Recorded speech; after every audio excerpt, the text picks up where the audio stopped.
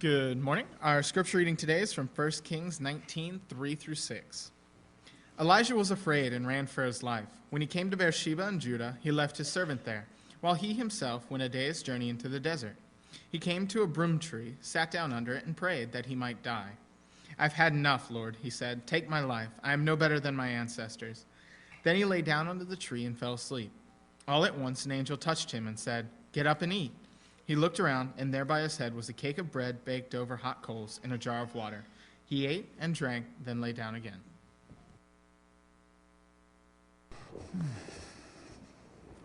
Thank you, Sam. And thank you, Bob. Bob always does an excellent job. And I appreciate it. Good to see our guests with us today. We have several. And we have a lot of people gone. We've already started. We had a big crowd last week and a smaller crowd today, but it's still a pretty good crowd. We're glad that you're with us today.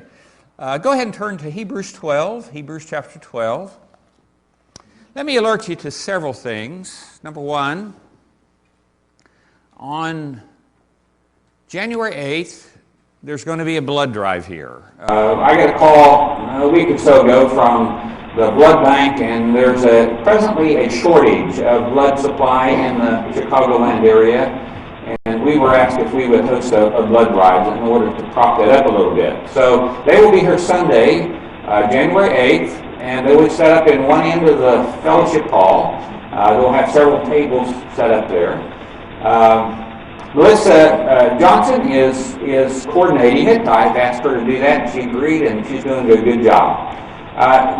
They will be scheduling people all through Bible class and worship time, so don't be afraid to sign up during that. Just when it comes your time, just pay attention. Don't set an alarm. Just pay attention.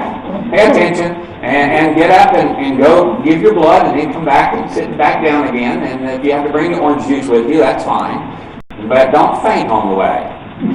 It will be a good event, and I think it's a good thing for us to do, and I encourage you to participate. I'm already signed up, and I will give my unit as well, and I have a history of doing that. So I have people give me all kind of stuff. They like to give me jokes about preachers. I can't imagine why, but they find them funny. And a while back I ran across this one somebody gave me as a test on how to determine whether or not you might be a preacher. And it says you might be a preacher if you hesitate to tell people who you are or what you do for a living. Preachers do that. Now, it's not because they're ashamed of what they do, but it's because they know that for a lot of people that shuts down the conversation right then. It's over. Because, I don't know, it has something to do with an intimidation factor or a scary factor or something. But that's true. It happens that way. You might be a preacher if you ever dreamed that you were preaching only to awaken to discover that you were. You might be a preacher if you find yourself counting people at sporting events. You might be a preacher if you've ever spoken for free and were worth every penny. You might be a preacher if you drive a Buick with more than 100,000 miles on it. Well, it's not a Buick, but it has over 100,000 miles on it. You might be a preacher if instead of being ticked off, you become grieved in the spirit. And finally, you might be a preacher if people sleep while you're talking.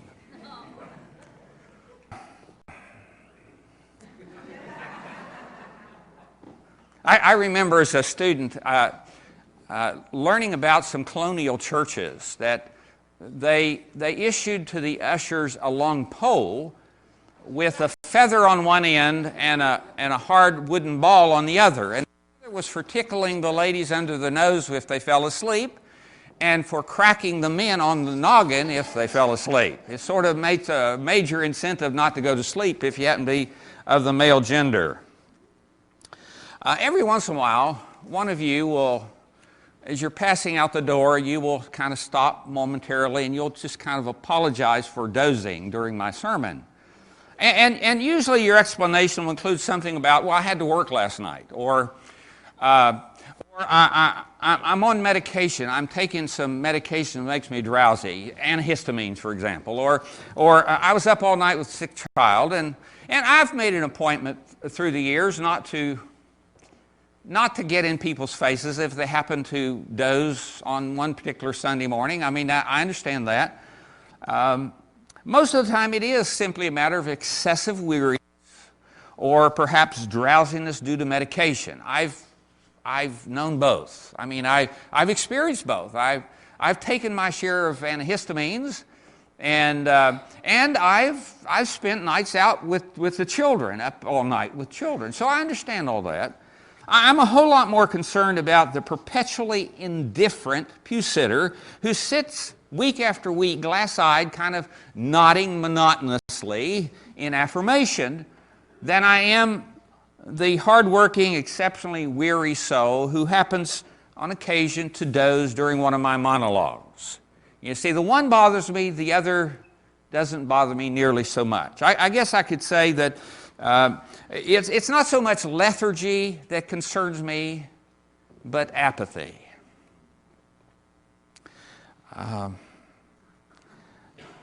Often the former is addressed effectively by dealing with the latter. And that's what our text is about today. In Hebrews chapter 12, it follows chapter 11, if you remember, is the chapter having to do with the honor roll of the faithful. By faith Abraham, by faith Moses, by faith so on. And we have this long litany of champions of faith who lived before. And then we come to chapter 12, and it says, therefore, since we are surrounded by such a great cloud of witnesses, let us throw off everything that hinders and the sin that so easily entangles, and let us run with perseverance the race marked out for us. Let us fix our eyes on Jesus, the author and perfecter of our faith, who for the joy set before him endured the cross, scorning its shame, and sat down at the right hand of the throne of God. Consider him who endured such opposition from sinful men, so that you will not grow weary and lose heart. In your struggle against sin, you've not yet resisted to the point of shedding your blood. And you've forgotten that word of encouragement that addresses you as sons. My son, do not make light of the Lord's discipline, and do not lose heart when he rebukes you, because the Lord disciplines those he loves, and he punishes everyone he accepts as a son. Endure hardship as a discipline. God is treating you as sons. For what son is not disciplined by his father? If you're not disciplined, and everyone undergoes discipline, then you are illegitimate children and not true sons. Moreover, we have all had human fathers who disciplined us, and we respected them for it. How much more should we submit to the Father of our spirits and live? Our fathers disciplined us for a little while as they thought best. But God disciplines us for our good, that we may share in his holiness. No discipline seems pleasant at the time, but painful. Later on, however, it produces a harvest of righteousness and peace for those who have been trained by it. Therefore, strengthen your feeble arms and weak knees, and make level paths for your feet, so that the lame may not be disabled, but rather be healed.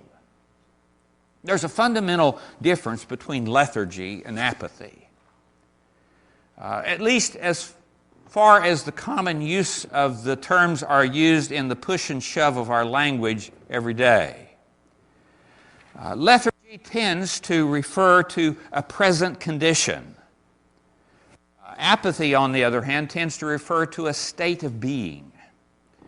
Or to put it another way, it's one thing to have the blahs.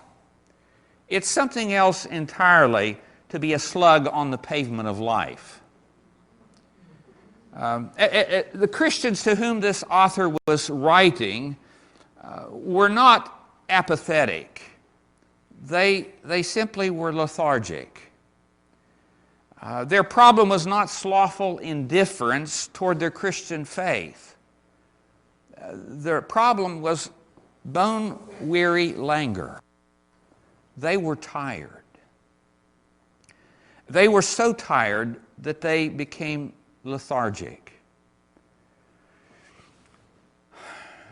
Several years ago, Christian sociologist Tony Campolo was being interviewed, and the question of television came up. And he made this comment that's kind of intriguing to me. He says, TV is for people who have no passion and a need for some vicarious form of experiencing it. If it weren't for TV, most North Americans would go insane. TV distracts us from the deadness of our souls and the emptiness of our lives. I think Campolo actually has something to say there. Now, please understand, Campolo is not talking about, Campolo is talking about a state of being. He's talking about a condition that has come to be a reality in our world that is perhaps most characterized by indifference, a cultural indifference, an apathy of a society. He's not talking here about hardworking people who momentarily retreat from their fast-paced lives into vicarious excursions enabled by the tube.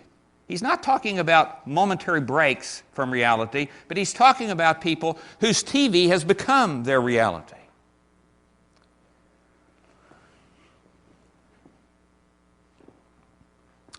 Lethargy, or perhaps another term might be the blahs, may be caused by a variety of different conditions. Sometimes they're caused by weariness. I believe that was Elijah's problem as we read about him in 1 Kings 19. Now, Elijah, if you know anything about Elijah, you know that he was not at all apathetic. He was a passionate man, but he was majorly weary. And in fact, that weariness in turn produced lethargy that was so intense that he didn't even want to live. He was ready to die. He was so tired and lethargic. Well, if we look at our text again, chapter 12 of Hebrews, verse 12, it says, "Therefore strengthen your feeble arms and weak knees." He's telling them to kind of suck it up and move on. The imagery of the author is using here is from all the way the beginning of the chapter is that of the Olympic Games, specifically the track and field events. And he's talking about this cloud of witnesses surrounding them. These are the faithful ones who have already lived, and they've run their race, and now they're in the stands cheering us on. And he talks about lifting your feeble arms. Well, I understand that. I ran track in high school, and I wasn't the fastest pair of legs on the field, let me tell you. And because of that, I didn't run sprints. And running sprints, you're very fast, but you hardly work up a sweat before the race is over. I ran races that were long-term, and I didn't have to be quite as fast, but I had to be enduring. And these races drained every ounce of energy from my body that I had to give, and then some. And perhaps the thing I remember the most is how totally tired my arms got. Not my legs, but my arms. My arms got so tired. They would just wanted to droop down by my side. By the end of the race, speed was a secondary issue. I just wanted to keep moving. That's all I wanted to do. I just wanted to keep going. Well, the RSV translates this verse, "Lift your drooping hands and strengthen your weak knees." He's talking here about the fact they were tired. In fact, 10 times in chapters 3 and 4 of Hebrews, we find the term rest. These people were tired. And so it's because of that he's addressing them. They have a problem with lethargy. Not apathy, but lethargy. They were tired. Sometimes the blahs are caused by discouragement. Discouragement. Now, weariness and discouragement can and often go together. In fact, discouragement often accompanies weariness. In the context of fatigue, even a small defeat can be like a death blow to us. In fact, defeats are not even necessary for us to get discouraged. All that's necessary is we have diminished victories.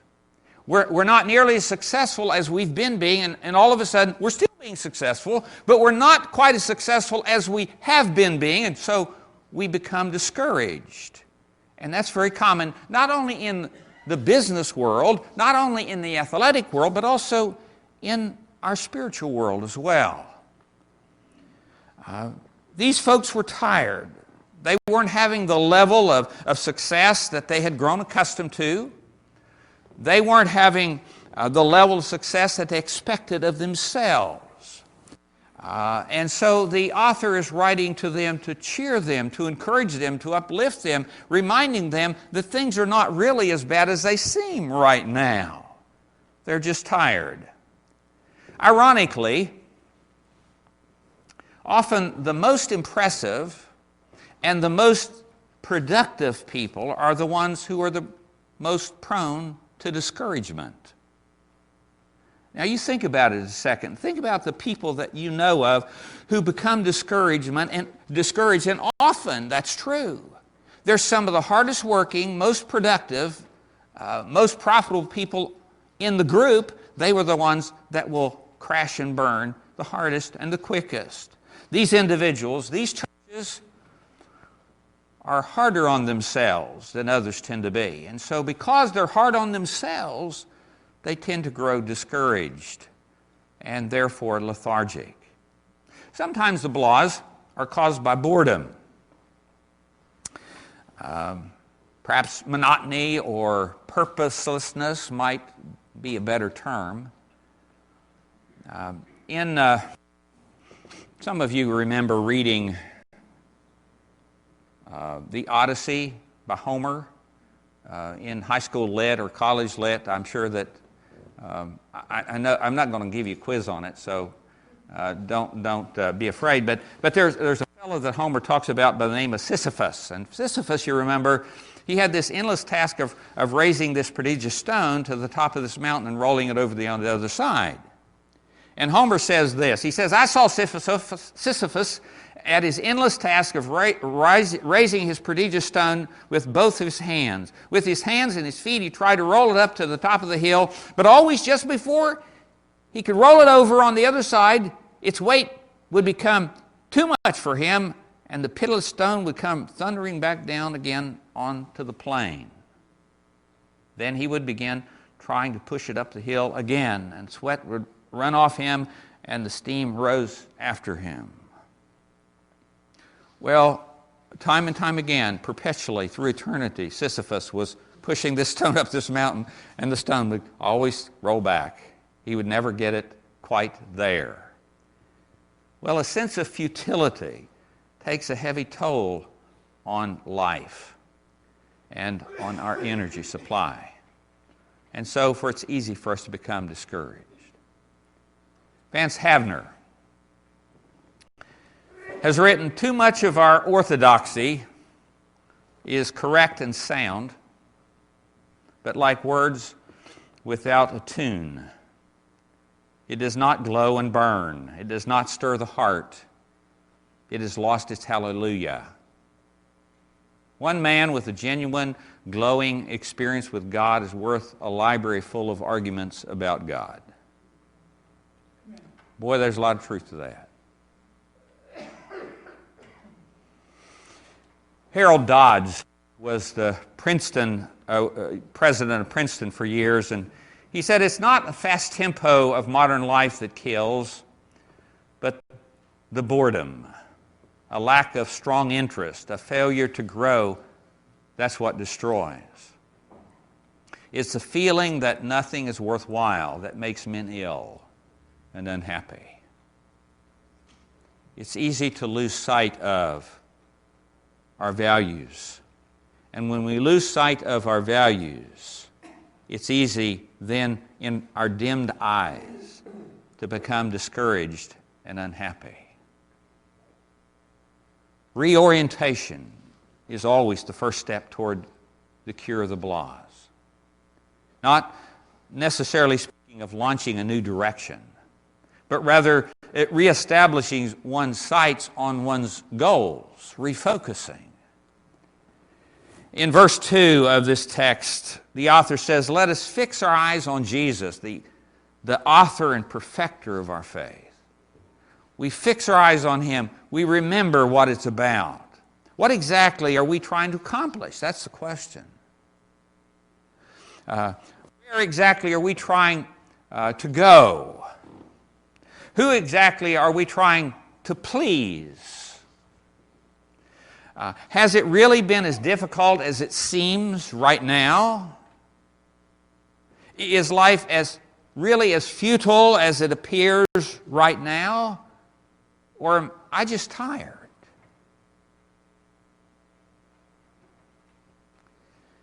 Look at the text. That's what he's talking to them about. They have not resisted to the point of death. Things have not been nearly as bad as they are thinking about it right now. The problem is they're just tired. They need to lift their drooping hands and strengthen their weak knees and set their focus on their goals and run. We need to do that periodically too. And that's why for all of 2011, we chose to look at the basics again. And so this whole year has been spent kind of re-echoing the basics. And that's also why in this coming year we'll be talking about goals. Are you a Jesus follower? Then you must have goals. And I want you to hear the implication of that, because I really do believe it must be true.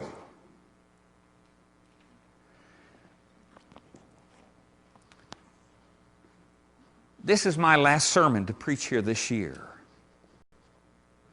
So as we press on toward 2012, we are building on this year. As we begin to walk a new year, we want to walk that new year with a reminder to refocus on Jesus, to lift our tired hands, and we sometimes get tired, and we've been tired. And we need to recognize that things are not nearly as bad as they seem right now in this economic slump, because of the fact that we still have life, we still have freedom, we still have family, we still have blessings of God, we still are enriched by so many things of our life. We just need to kind of suck it up and press on. But press on in the strength and the empowerment of our God. My challenge to you today is just to keep your focus on Jesus. Keep your focus on what's important, and don't allow the incidentals and the irritations to nibble at your heels and nibble you to death. It's so easy for us to stretch ourselves at both ends, burn the candle at both ends, stretch ourselves in all directions, to get so tired, and we become lethargic. And unfortunately, people looking on might perceive us as being apathetic. I don't believe this church is apathetic, but I do believe that we have a problem of lethargy, and I think it's because of weariness. And I just challenge you to address that by, again, refocusing and keeping your eyes on Him.